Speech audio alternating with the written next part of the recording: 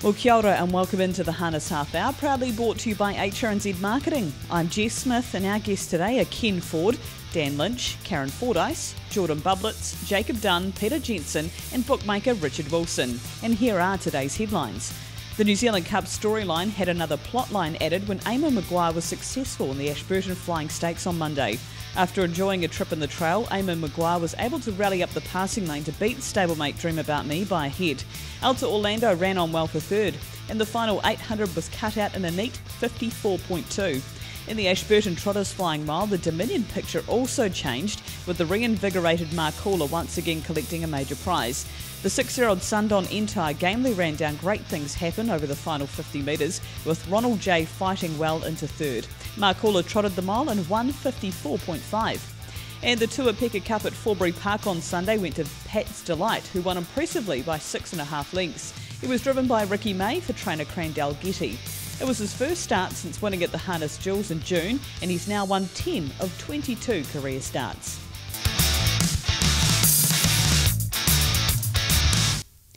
Well, the Dominion picture changed dramatically on Monday at Ashburton with the Trotters Flying Mile going the way of Marcoola, and Ken Ford, of course, trainer, but also co-owner and co-breeder of Marcoola.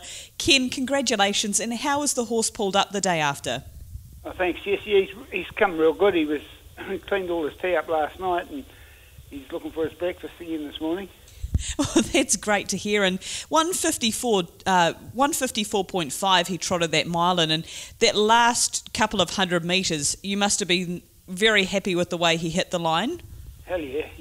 He's so honest, you know. He just kept giving all the way, didn't he? Oh, he most certainly did, and I guess looking through his career, he's now 6, and that 3-year-old year was so massive with 7 wins from 9 starts. And can you explain, Ken, what happened to him last year?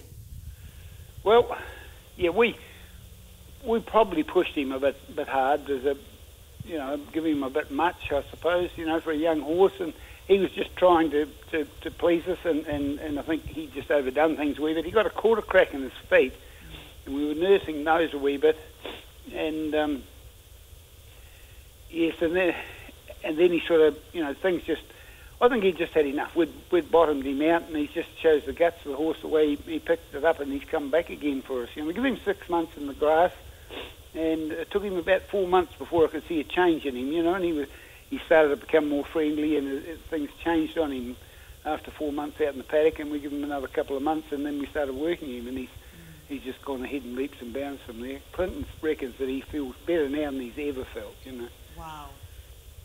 Wow, well that's so great to hear, and I guess, Ken, given everything that you've gone through and all of the lessons that you're learning with this horse, because obviously each horse is different, and you've got to find out where you can push the barriers and what they can deal with, but that must make this season's success in the Ordeal Cup and yesterday's race even more special? Oh, for sure, yeah, it's great. Now, going forward with Marcoola, what have you got on the target for him next up? Well, probably we may do a cup trial and then go on to Cup Week, and looking at that. We're not going to Kaikoura with him. We'll take Amareta's son to Kaikoura, but we won't take Marcoola up to Kaikoura. We just don't want to keep pushing at him like we did earlier, So we're going to have to space things a wee bit now and just take him as he tells us he's ready to go, Fair enough too. And just looking through your involvement with this horse, Ken, as I mentioned, you're not only the trainer, but you're a co-owner and co-breeder, and you trained the dam as well, Arabesque U13, but this is a family with so much depth, and also a family that means so much to your family. Oh, for sure. I'm real grateful to Peter and Alan Smith for giving me the chance to get into that breed. It hadn't been for them, they started us off, and then when Lowell Creek was sick, we had the mother here, and when he was really sick and he got down that, we had him down here and treated him with a vet. I was using old Cliff Magruza, and that's what picked Lowell Creek up. So the family really means something to us, and I was as rapt watching Ronald J run on for third, and then at Wainui Creek, which is another member of the family, did a real huge race for third in the last race, and so I watched the whole family and enjoy the whole family of them racing. Yeah, and when you delve even further back or along the different lines of this family, Amaretto's son, your Dominion winner, is all along that line too. Yes, well, like Marcoola's mother and Amaretto's son are brother and sister, have the same mare. So they're really, and then they're both by Sundown, so they're real close, yes. And in your career, Ken, would you say that Marcoola's up there with the best that you've been associated with? Oh, hell yeah. Yeah, he's our best one, I'd say. It's been unreal, really, the way that the good ones have just kept coming. You know, we've just had so much luck with them, really. And looking at the whole involvement, so not only the equine family, but, you know, to have Amanda and Cherie and Kieran and Clint all involved in this whole picture must be extremely special. Oh, hell yeah, yeah. We had to put more vehicles on to get the family there yesterday. Right, and going forward to the Dominion, obviously last year was a whole different experience with Cherie and Amaretto's son winning, but how do you feel going into this year's event? Oh, well, I'm excited with two starters. I'm really excited, and all I want really is to, you know, my expectations are that they both run good races. You know, if they finish 7th and 8th, it won't matter as long as they've gone good, you know. And, yeah, we feel that we've got good horses. We're as good as any, and we will be competitive, and we'll be trying our best to be competitive, but we just want to see a good race. That's the main thing. Well, Ken, congratulations. I know that this means a lot to you and the entire family, and I'm sure come Dominion Day you're going to be in with another great shot with your team. Yes, well, let's hope. Time to check out social media news headlines from around the world. Starting off with New Zealand, Eamon Maguire and Marcoola feature on our social media streams following their wins at Ashburton on Monday. And Phil and Glenys Kennard feature on our Facebook page on our Road to the Cup story, speaking about the New Zealand Cup from an owner's point of view. Make sure you keep an eye out this Friday for the video which features Kevin Fairburn, who discusses the Dominion. And from Australia, Tiger Tara won again over the weekend in Australia, this time in the Group 3 Kevin Newman Cup at Menangle. Trainer Kevin Bizzuto has now hinted he may start the horse again this weekend in the Cranbourne Cup. You can follow Adam Hamilton on Twitter for more information there. And from the US and Canada, Sha Tin was emphatic, winning her Breeders' Crown elimination at Pocono Downs on Sunday. She drew the outside of the gate on a sloppy track and went on to find the lead in the early stages. She held on to win easily in 1:52. She's drawn perfectly in her final this coming Sunday New Zealand time, getting post 2 in the final, and Lazarus didn't have to start in an elimination. He'll go straight to the final this week as well. Well, it's a time of year where we welcome in the Manawatu Harness Racing Club to start off their new season, and joining me is president of the club, Dan Lynch. And Dan, you must be excited. You've got your race days coming up at the end of October. Yes, we are. Hi, Jess. We're looking forward to kicking off the season with a fair bit of anticipation, some changes we've made. So we're watching to see.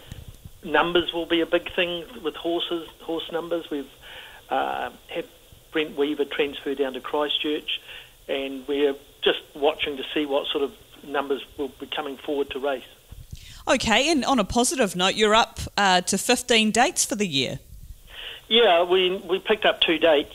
That's great, and we're really looking forward to utilising those as best we can. One side of that is we are closely watching our budget this year. We came out the wrong side of where we wanted to be for last season, so we're restricting ourselves to 8 races. So there may be some balancing to be done with horse numbers. We've always had a policy of giving every horse a start. That's still our goal, but we do also have to keep a budget very much in mind and try and make sure we work that out correctly. Okay, and in terms of the race stakes, you're looking at $9,000 each race day? Yes, last year we did the 8,000 on the Tuesdays and 10,000 on the Thursdays, plus any major races. But this year we've decided that the horses that are coming on both days should have the equal opportunity at the stakes available. So we've made that decision. The feedback we've had from a number of trainers has been very positive about that. So that's our goal at the moment, to do that. Plus the maidens still have access to their maiden bonus. Well, that is fantastic. So now $9,000 stakes. And I noticed too that you guys have been very proactive in terms of your website and your Facebook page as well. Well, in today's environment, you simply have to be in the game of social media to attract people, getting people on courses. Sometimes we can overlook that with a product and speech marks that we're putting out there. However, getting people on course does create an atmosphere, and for those people, part of getting them there is promoting what we're doing by social media. And one of the big things we've done, and it was extremely popular last year, is the Facebook competition to get people on course, providing a sponsors package for a winner on a Facebook competition. We've had a large number of entries already. The winners last year were thrilled with it. So we just thought it's a good way to kick off the season for that first race night. Oh, it's a wonderful idea, and especially to entice new sponsors into the circle. And have you found, Dan, that that has resonated with people who have got the sponsorship? They've really appreciated it? Oh, very much so. Last year's winners actually happened to be a group of prison guards from Linton Prison. And so they kept us all amused, and we had a great night. And again, this year, as I say, we've had a lot of entries, a lot of people showing interest. Anybody that's interested, look up the Manawatu Harness Racing Facebook page and put your names in, and you might go in the draw to win a $700 package. That's brilliant, and if you know someone in the Manawatu region, maybe tag them in there as well. Dan, the cocktail function recently, it sounds like it went down very well. Oh, well, it's one of the big nights of the year for bringing in sponsors, and not only that, actually exposing a number of people around town and business to the Harness Racing Club. We had a record number of sponsors sign up on the night. That was so well received, and we also had Salika Winiata, the Black Fern, speaking. And if anyone's looking for a speaker, I could not recommend her highly enough. She had people in stitches. She had Andre Neely, a compere, totally floored him with her responses. He was left speechless, if that's possible. And we had to actually cut the questions off. She was in such demand for questions, and she's such an appealing and very pleasant young woman. We also brought up, given the Michael House's outstanding performance of winning 45 races here last year, we brought up Penny Boyle, his stable foreman, and Penny does all the hard work on the race nights down in the stables, and it was a chance for her to come up, and Andre interviewed her, and she gave some insight into the work that they do to prepare for these meetings, and she was extremely popular too. Oh, that is so good to see the team being recognised too around that fantastic season for Michael House. And just on Michael House and his season last year with Manawatu, he's made mention of how much of an impact it made on his training season. But if there are any trainers listening, Dan, that are contemplating travelling up or travelling down to the Manawatu meeting, would the club be open to helping find accommodation and assisting with any of that? Oh, look, we always have. And we'll make every attempt to, be user-friendly. The trainers that come and know that we've got good access to cheap accommodation, good accommodation, and will support them right through.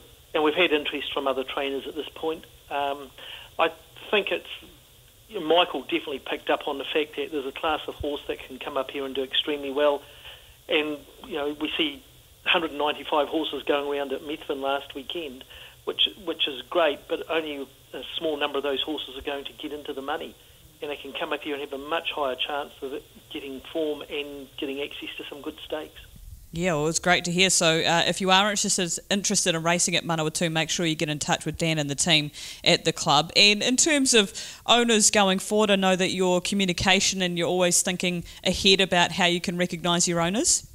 Yes, that's one of the things we've been discussing, and we discussed again last night, is how can we give a presence for owners on course to make it worthwhile for them. One of the things we have to face is that we don't have a large number of owners come to our meetings, especially if the horses are from out of town. But what we're looking to do later in the year, we're exploring the option of having a number of owners' days where we can do put the owners in an area, possibly drinks, refreshments, to try and make them feel special. We have a lot of our local owners that we need to acknowledge, and we are aware of that and discussed that last night. But any owners that are coming, in the information we'll give them will be to make themselves known to any of the committee who will be identifiable, and we will look after them and provide them some food and drink on the day, take them to the bar, shout for them. This is excluding the fact of what their horse does. We just want to make them feel welcome on our course. Oh, that is wonderful to hear, and well done to you and the club for forward thinking around that, and certainly we will help you get that message across to owners going forward. And as before we wrap up, obviously you'll be looking forward to Gold Cup as well in the early 2019? Yes, we've already done some work on the festival and the Spates Outhouse Cup, the Manawatu Cup. So those two events are major events for our days. So we'll be announcing stakes in that closer to the time. We have a close relationship with our Puni and with the Greyhounds, and we're looking to bring all three again together. Last year we suffered a bit. We were raced on the eve of Good Friday, and it has to be said that Palmerston North is a town where, with holidays coming, many people get out of the place. So with a date that is more receptive to having a decent crowd on course, and throughout the whole festival event, we're looking forward to this. So we'll have a better idea as we get closer to the time of stakes and the events leading up to the day. Fantastic. We look forward to finding out more around that. But if you're listening, make sure you like the Manawatu Harness Racing Club page on Facebook for the latest information. Club President Dan Lynch, thank you very much for your time. No worries, Jess. You're most welcome. Well, I'm joined by Karen Fordyce of Flair, South Island. And Karen, Flair's been around for a long time. And what predominantly does the group do? Well, Jess, we try and celebrate women in racing. So across all three codes, we attend events, we sponsor women that are coming through the ranks, and we just try and celebrate anything. The members are women that love racing, so we just come together and have some social events and have some fun. And I know you're heavily involved, as you say, in all codes, so the likes of the Flair bracelet and sponsoring jockey prizes and Mother's Day, and it's something that the group seem really passionate about. It is. We want to be across all three codes because for some of us, we might be involved in one code, but actually learning about the other codes is really interesting as well. So we go to as many activities as we can, try and learn. We do stable tours and greyhound tours, and so we just try and learn a lot as well across the codes. So anyone can join, and the cost is relatively low to become a member. Yeah, so we've tried to keep the membership low at $25 a year so that it is accessible to everybody. And for your $25, you get invited to all of our events for free mostly. If you want to bring a guest and things, they might have to pay a small amount. But membership, you can join our Facebook page, you can get newsletters, so you don't have to come to events. But there's all sorts of interesting things that we do. And going forward, I know there's a lot of people that have been involved for a long time and really staunch supporters of Flair. But of course, you're always looking for new members, and there's no age restriction. Everyone's welcome. Absolutely. We try and get out to events that everyone can enjoy. So we might go to the casino, celebrate their sponsorship of the racing codes, and have a high tea, through to going to racing events where families are welcome. So we try and do everything for everyone. And I know you're going to be heavily supporting the likes of Kidz, Kartz and the youth, and moving forward being a part of that. And we've always supported young women coming through, drivers and jockeys. So we've always been about bringing women up in through racing and supporting them. So yeah, from young age right through to some of the oldies that we have in the club, it's all lots of fun. Okay, so Karen, if someone's wanting to join Flair, what's the best way to find out more? So probably the best way is if you know a Flair member, so they're across all three codes, just approach them and they'll have some information for you. We do have a Facebook page, so Flair South Island. Anyone can go and leave a message there and someone will get back to them. And we'll find a way. Oh, wonderful. Well, we'll keep up the good work, and as I say, it's great to see the dedication and all the effort that Flair put back in, so well done. Thank you. We love celebrating women in racing. We're chatting with Jordyn Bublitz of Kidz Kartz, and she's been named as one of the representatives for the Interdominions later this year in December. Jordyn, what was your reaction when you found out that you got the nod? Oh, I was honestly so stoked. I mean, I've been wanting to do that for so long. When my brother went over, it instantly became my goal to go too. So it's real pleased to find out that I was going. And it sounds like there was a bit involved in applying. You had to put a bit of a CV together and put forward why you felt you deserved it. Yeah, I had to make a nice long CV just about why I thought I deserved to go, my kind of achievements, and just a general bit about what I've learned in Kidz Kartz and what I hope to bring back from the trip. Fantastic. And looking through your achievements, it's a very, very long list. And you've had a long association with Kidz Kartz. Where did it start for you, Jordyn? Started when I was about 9 years old. I've been in it since I was born, basically, because Dad's been training. But I started Kidz Kartz when I was about 9 and just been hooked ever since. And which chapter are you involved with? Which branch of Kidz Kartz nationally? Waikato Kidz Kartz. Okay, and so with your involvement with Waikato, obviously you would have got to know a few of the tutors going through. And have there been anyone that has mentored you in the main? Honestly, Peter and Wendy Ferguson, Dylan Ferguson, Nikki Chilcott, all of them. There's a bunch of local trainers that just come in and pitch out, and it's made me the driver I am today, so I can't say enough thanks to them. Well, that's great to hear. And looking through your achievements, you won a New Zealand Kidz Cups Prelude. How did you feel winning that, Jordyn? I was so beyond stoked with that because I didn't expect Chaos to go down and do any good. So for him to pluck out a win, I was very, very pleased. And looking at the list of achievements, what would you rate as some of your proudest moments and highlights? Probably, well, the Prelude win, yes, was a big one, but there was also one that wasn't on there for me because it wasn't an achievement of mine as such, but the pony I trained, Chaos, won a Manawatu Cup with a younger girl from our club driving him, and honestly, the success as a trainer was just as big as a success as a driver for me because it was so good to see another kid benefit off of the training I tried to achieve. That's brilliant. And would you see yourself being, this is your last year, I understand, in Kidz Kartz, would you see yourself as starting to mentor some of the younger kids as well? Oh, definitely. I love helping them and just giving them the extra hand because I just love to see them one day achieve the things that I'm achieving currently because it's such a brilliant experience that sets them up so well for a future in the industry. Okay, and looking ahead to the Interdominions, it'll be held at Melton on the 15th of December, and it's a bit of a lottery, isn't it, in terms of the horse that you're given? Yeah, I'm not too sure what I'm going to get given to drive. All I can do is see what I'm given and do my best, really. And what are you looking forward to most about representing New Zealand, Jordyn? Honestly, mostly the experience and just fostering the connections over there. Just hopefully going over and doing my country proud and just making the most of it. Okay, and going forward, once you leave Kidz Kartz, will you stay involved in harness racing? Do you have any goals? Oh, definitely, yep. Definitely going to stay involved. I'm working for Ross Painter currently. So I want to stay through there, get my juniors driver's licence, then hit the racing leagues, hopefully. Well, Jordyn, congratulations on being named as part of the team going forward. Of course, Jacob Dunn will compete alongside you representing New Zealand. Congratulations and all the very best of luck. Thank you so much.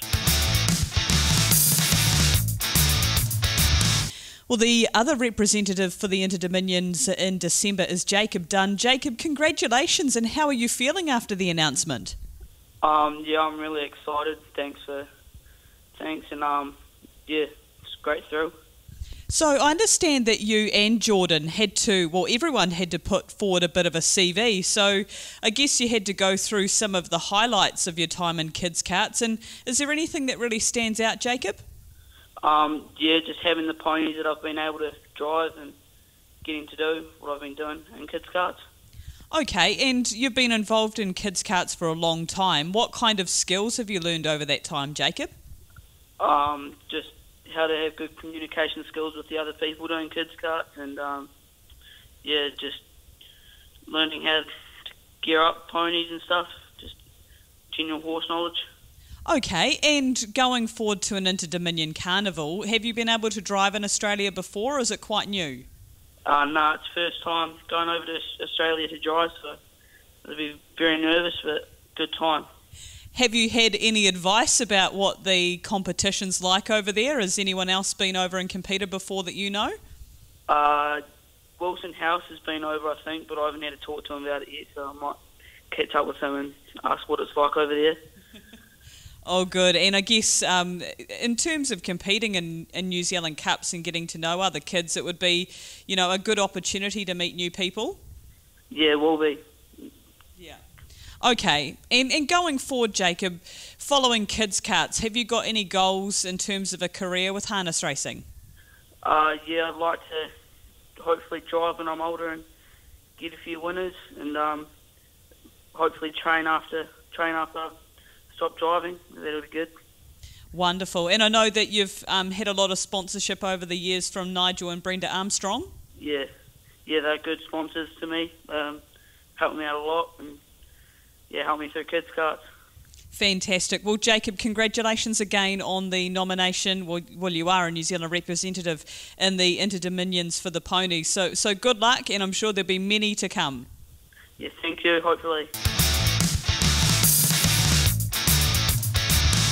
It's a pleasure to welcome onto the Harness Half Hour CEO of Addington Raceway and Peter Jensen. And Peter, I guess it's an understatement to say your team are very, very busy at the moment. That's right, Jess. Yeah, only 21 days to go, so the tension's building. And look, we're very excited as a team about the week we're going to deliver. I noticed that tickets have been selling extremely well at this early stage of the game, but are there still areas available for people to get tickets for the big day? Yeah, there certainly is. Hospitality sales have been fantastic. We still have a couple of areas where tickets are available, but if people want them, they need to move quickly. General admission and Lindau Lawn, of course, still plenty of options there, and we would encourage people to get in before the end of the month because it's cheaper. So why not buy your ticket online and get your GA ticket for $22. From the 1st of November, they'll be $32 online. Okay, so that is the key message. Get in early, and addington.co.nz is the website to get those tickets. Now, I understand, as always, that the fashion is going to be a major point, and Westfield Riccarton once again supporting that cause? Yes, they are. Look, they've been a fantastic sponsor of fashion over the years. There's more than $20,000 worth of prizes to be won, and courtesy of Air New Zealand, the best dressed lady this year gets a trip to Hawaii, so that's fantastic, and the best dressed man once again gets the opportunity to go to Brisbane. So both fantastic prizes along with all the other prizes that Westfield are supporting. So really excited about that. And again, addington.co.nz is the place to go to enter.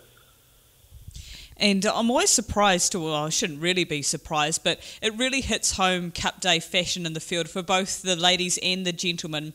These competitions are fiercely competitive and they draw people from all over the country, don't they? Yes, they do. And in particular, I think for the best dressed lady competition, they do literally come from all over the country, highly competitive, and the effort and the time that goes into it, I think most people probably don't realise just how much time goes in. People are really thinking ahead around the designs and always on trend, and it's the people that are on trend or perhaps absolutely classic that are the ones that tend to come through in the end. Fantastic. Looking forward to that again. And I know there's been a lot of noise with live bands and entertainment on Cup Day as well. That's right. So on the Lindau Lawn, we've got Sons of Zion playing, and the feedback to that's just been spectacular. It's fair to say they're probably not quite my generation, but my son is a big fan, and I know they've had 22 million downloads on Spotify, which I think tells you just how popular they are. Oh, definitely. So Sons of Zion, as mentioned, the big act on the rooftop, and the rooftop sales in the Lindau Lawn, that's always quite a popular area to buy tickets for, isn't it? Yeah, look, it almost inevitably sells out, so I certainly, again, encourage people, if you're wanting to come, don't leave it to the last minute, because you might just find that the Lindau Lawn has sold out, as it almost always does. Okay, and from Cup Day on to Show Day, and really nice to see that it's just a gold coin donation to get in on the Friday this year. Yeah, we did that again last year in supporting the Maya Foundation. It went really well for us. Great feedback from the public, and also, of course, the Maya Foundation benefited from that strongly. So we really liked it last year and decided to go with that again.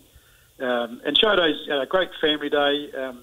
For the first time this year, we'll have a free children's entertainment zone up on the top of the stables. We think that's going to be a great place for the kids to hang out, very safe, and lots of things for the kids to do. Oh, that is brilliant to hear. And yeah, free children's entertainment is always a good seller on a public holiday. No public surcharges as well, so that is always a bonus. And I see again you've got live entertainment on the day. We do, yeah. Sky Machine are here. They do a fantastic job on a Christchurch's favourite band, so they'll be belting out the sounds between the races and putting on a great show for everybody. All right, and the KPC Grand Final was always a highlight of Show Day as well. It is. Look, we get somewhere towards 50 teams entering, and of course the big carrot is the $50,000 first prize, along with a trip for the winner to Las Vegas. So we've been really excited about the way the KPC's gone this year. We've had 9 heats so far, and the turnover has been excellent, as has the number of teams that have entered. So just 10 days or so ago at Methven, we had 50 teams in, which I think it would be a record for a KPC heat, so we're very excited. Yeah, the turnout there was phenomenal, so well done to everyone involved with the whole KPC this year. And Kidz Kartz, it's always a highlight on the calendar, and we've seen how important Kidz Kartz are to the future of harness racing. Great to see you guys hosting them again for their cup. Yeah, look, I think everyone really enjoys the Kidz Kartz, and I think people have really understood now what a prominent place Kidz Kartz are playing in the future of the industry. And I know when I see our juniors, the vast majority of them have come through Kidz Kartz, so we're very happy to continue to support them. Brilliant. And finally, Peter, before we wrap up, it's really important that any owners listening to this ensure that they have their contact details registered with HRNZ so Addington can communicate with them. That's right. There's been a change this year where tickets will be emailed to owners. It'll be a different system from where people have previously picked them up. So if we don't have an email address, it'll make it difficult to get the tickets out. So I really do encourage people to do that. And could I just take the chance also just to let people know that our opening times have gone back a little bit on Christchurch Casino New Zealand Trotting Cup Day this year. So previously members have been able to come in from 8:30. That is now 9:30, and we will not be able to let people in before that. And for the general admission, it's 10:30 with hospitality in from 11. So just really important to note that change and just make sure that you're not here too early. Yeah, it is a very long day otherwise. Peter Jensen, thank you so very much for your time. Good luck to your team once again. I know it's going to be a hit as always. Thanks, Jess. We look forward to seeing you on the day. As we creep ever closer to New Zealand Cup time, of course, the bookies updates are going to be ever more intriguing. But Richard Wilson joining me to update us on the week that was. And Richard, starting off with last Thursday, and 2 great bets there by the looks of things. Yeah, there was 2 great ones and 1 fantastic bet, Jess. The good ones, $1,000 on Comic Book Hero at $5.80 to run the top 3, and $500 on BK Superstar to win at $12. So the net profits there around about the $5,000 each. But the killer blow was landed in race 2, a $14,700 bet on Gibson Girl at $2.80.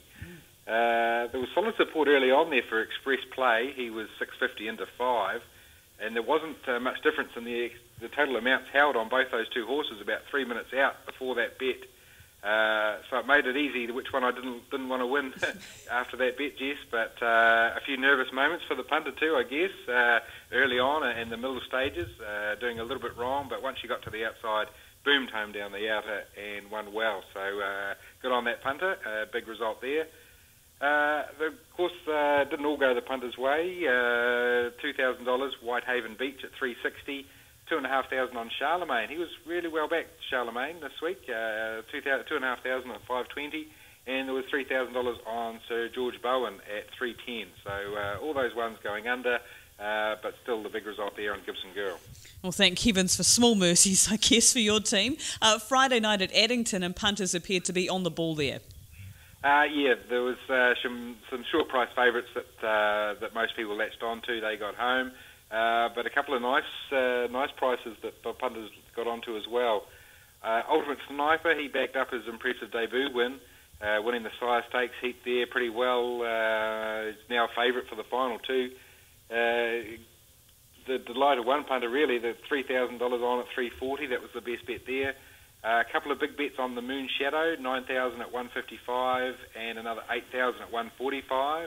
And there was $5,000 on Speeches Silver at $1.80. So those bets there getting home. And but punters also got on to Better Decision. He was $7.20 into $6.50. And Did You Bring the Bears from the outside of the second row in the mobile trot, very well backed, $8.50 into $7, including a $500 bet at the $8.50. So that was pretty good for punters as well. Luckily for me, there was a few bets against Ultimate Sniper, $3,000 on Jesse Duke at $2.50. And later on, there was $6,000 on Anthem at $1.50, $3,000 on King's Landing at $2.50, and there was $2,500 Flash Airs at $1.65 to run the top 3, $2,000 Spot On at $1.95, also in the top 3, and $2,000 on Slick Joe, also to run the top 3. So luckily for me, that didn't happen. Yeah, exactly, given the week, the way it started. And Sunday we had Tuapeka, their annual meeting at Forbury Park. Yeah, the story of the day there, a $10,000 bet, got home too well too, Jess. $10,000 on Press the Bell at $2 in the featured trot. Very impressive actually, Press the Bell off the back mark, just kept on running, got round to the lead and blew them away really. So I think she's 100 to 1 or 80 to 1 in the Dominion. I'm not too sure how she's going to go in the ratings, but keep an eye on that. There was $8,000 on Patch Delight in the Cup at 138. Very little to worry about there. It's sort of very similar story, really. Round to the lead, blew them away. And there was a well-placed $250 bet on Benayo Ben at $12. That sort of topped me off, really. Luckily for me, there were a few that didn't get home. $2,000 Denstown at $195 to run in the top 3. But that was the only really big miss. And punters were chipping away throughout the day. Fanny Hill, $4 into $3.90 was a good start for them. And the White Rabbit was well found late, $5 out to $5.20. And the same sort of story with Bazinga, $3.70 out to $4. But a few late bets got those ones swinging in punters' favour.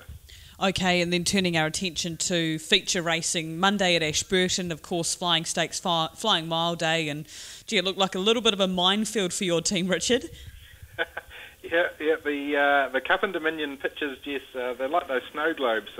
Every week somebody just picks it up and gives it a shake, and something different happens. So, Ultimate Machete, very well backed in the Flying Stakes there. Like a couple of others at the start, though, got things a little bit wrong, and that mistake very costly. One punter had $3,000 on at $3.70. $1,000 bets on both Dream About Me at $4.20 and Star Galleria at $4.50. So the result wasn't too bad for us, really, with Eamon Maguire. They quite a few bets on him as well, but they were more in the under $500 bracket. And then in the trot, Marcoola, back to his best, winning the Trotters Mile in a slick time. One punter, $1,000 on there at $4.60. $1,500 bets on Harriet of Mott at $3.50, and there was a $1,000 bet, Great Things Happen at $4.20. So, and again, mistakes there from Harriet of Mott, but she made up a lot of ground, so confuses the picture for the Dominion even more. Of course, earlier in the day there, punters are off to a good start. Better My Dreams, $5 into $3.30. I think it was about $2.80 on the tote at the close. $1,000 at $3.90 and another $1,000 at $3.60, the largest of a whole heap of bets on him. An $8,000 bet against him, though, on Better Than Fast at $2 in the same race. That was a real two-horse war, and they fought it out at the finish too, but possibly for us the wrong one won.